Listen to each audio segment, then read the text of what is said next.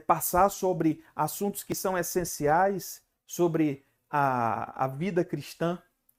Então, o adulto convertido, ele precisa ter esse senso de responsabilidade.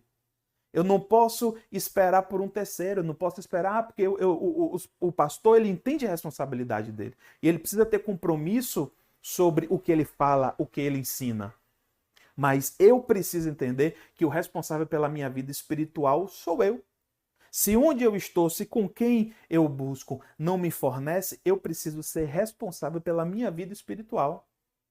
Eu preciso ter maturidade espiritual o suficiente para, se eu não tiver o alimento espiritual, o ensino bíblico devido, necessário para a manutenção da minha fé. Porque em Romanos 10:17 vai dizer que a fé vem pelo ouvir, o ouvir da palavra de Deus. Quem está fraco na fé, quem se abala diante das circunstâncias, mostra que não tem ouvido o evangelho verdadeiro e genuíno de Cristo. E se há uma ausência, uma falta disso, é minha responsabilidade. Se existe muita gente aí fora pregando um monte de asneira, é porque há um público que se submete e que aceita ouvir um monte de mentira e asneira. Então a responsabilidade é minha. E qual a importância do ensino bíblico no processo e liturgia do culto? Onde que surgiu essa questão de se reunir? Nós vemos que com o surgimento da igreja, na igreja primitiva, ali no evento de Pentecostes, descida o derramado do Espírito Santo, ali a ativação da igreja, que veio sobre toda a carne, todo aquele que confessa, que crê, recebe o Espírito Santo, né, confessando seus pecados, ele recebe, né, e declarando que Jesus é o Senhor da sua vida, ele é batizado com o Espírito Santo. Naquele momento, o Espírito Santo enche e reveste aquela pessoa, e ali nós temos a evidência da função igreja. Então, a igreja no primeiro século era uma igreja perseguida, uma igreja que se reunia, né, às escondidas, em locais proibidos, né, em locais escondidos, em locais subterrâneos. E após o terceiro século que nós vemos, né, a prática do ato, né, de se reunir. O judeu ele visitava a sinagoga para poder fazer as suas orações e ouvir a Torá, ouvir a literatura bíblica, ouvir as palavras descritas pelos profetas. Então, eu preciso levar você a pensar sobre o porquê que nós nos reunimos. Qual a razão? De onde que surgiu essa coisa de, eu tenho que ir na congregação, eu tenho que estar reunido com os irmãos, eu tenho que orar, eu tenho que ter ofertório, eu tenho que ter um momento do testemunho, eu tenho que ter adoração. De onde que foi que surgiu essa coisa de que tem que ter música no culto? De onde que iniciou, onde é a ordenança para que pudesse haver o culto? O que é o culto? É um processo litúrgico somente ou é um processo racional? E qual o objetivo do culto? De nós somente chegarmos e adorarmos a Deus? Cantarmos hinos? Fazer a entrega das ofertas para a manutenção da obra? Qual o objetivo? Será que a expectativa de adoração é somente exclusiva no templo? Ou será que a adoração é muito mais do que repetir hinos em um templo e ter uma vida condizente com Deus, principalmente fora do templo? Mas o que eu quero levar você a refletir é que desde as caracterizações que nós temos, desde a formação do judaísmo, do estabelecimento do tabernáculo, do templo, das sinagogas, desde o estabelecimento dos primeiros templos cristãos, das primeiras evidências de reuniões entre cristãos de maneira pública, de maneira liberada. O objetivo sempre foi gerar o ensino. Parece que a gente se perdeu nessa proposta. Parece que nos desconectamos com as raízes judaicas cristãs da igreja primitiva. Nós vemos relatos na Bíblia de reis que estavam afastados da palavra de Deus e quando encontrou a palavra que leu, se arrependeu, seu semblante caiu, porque percebeu que estava fazendo tudo errado. De quando Esdras chegou diante do povo para ler a lei do Senhor, o povo caiu em arrependimento, porque percebia, entendia que estava indo por um caminho errado.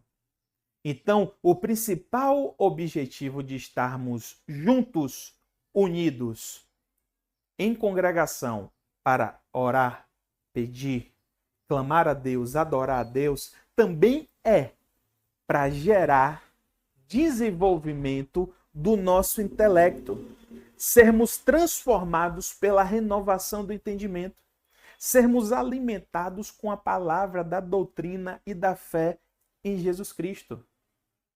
Parece que às vezes hoje nós temos congregações pautadas exclusivamente para oração. Outros parece que é para manifestação de sinais. Outros parece que é para manifestação da música. Já visitei igrejas, por exemplo, de a palavra durar 15 minutos, 20 minutos, o cara não conseguir gerar um raciocínio. E nesse mesmo culto ter 1 hora e 20 minutos de música. Templo bonito, telão no fundo, fumacinha, luzinha, performance, solo de guitarra, o baixo estrondando, o som impecável da igreja. Uma coisa assim maravilhosa. Eu acho que naquela cidade não tem nenhuma estrutura do mundo secular com aquela qualidade de apresentação musical. Acho que o cara não acha nenhum bar, uma boate, uma casa de show com a qualidade. É uma coisa de você ficar assim, poxa, impressionante. Rapaz, como esse cara toca, velho. Na hora do solo, o guitarrista chegava aí, desembolava as coisas. Aí eu, pronto, agora é a palavra. Chegava na palavra, o cara não conseguia nem fechar um raciocínio. Lia 2, 3 versículos, contava uma coisa lá da vida dele. Você vai vencer, vamos nessa. Venha pra frente aqui ofertar e encerrava o culto. Precisamos entender que a principal razão de irmos à igreja é pelo ensino bíblico. O ensino bíblico precisa estar no nosso cardápio. É uma ironia isso aqui. Porque parece que nós estamos enxergando a igreja como um cardápio, como uma coisa que eu pego assim, poxa, eu não gosto dessa daqui que canta uns hinos muito devagar. Ah, essa aqui tá parecendo um velório. Aqui canta muito hino da harpa. Ah, essa daqui deixa a luz ligada. Eu prefiro a que a luz apaga. Ah, essa aqui a banda não é muito boa. Essa aqui a pessoa não canta bem. Ah, essa aqui tem salinha de criança. Essa aqui não tem. Então, parece que nós estamos indo ao templo para satisfazer as nossas demandas, as nossas necessidades. Porque eu preciso entreter meu filho. Ah, porque a igreja tem um trabalho bacana ali que os autistas estão desenvolvendo, então vou para lá porque eu vou levar meu filho para lá. Ali tem uma banda top, ali tem sempre evento. Poxa, ali tá tendo oração, ali tá tendo uma campanha que Deus faz milagre. E eu vou para resolver minhas demandas. Eu vou porque eu quero ver movimento. Eu vou porque eu estou angustiado, porque eu estou ansioso, porque eu estou depressivo, porque eu estou incerto, eu estou com síndrome de burnout, eu não aguento mais a minha estrutura, a forma como eu tenho vivido. E às vezes nós pegamos pessoas que pegam na Bíblia aquilo que acha que é mais conveniente para a sua sobrevivência, para a sua existência. Se as coisas forem para serem encaradas como um cardápio, então o ensino bíblico precisa ser o prato principal. Precisa ser o centro, precisa ser a maior dedicação de tempo.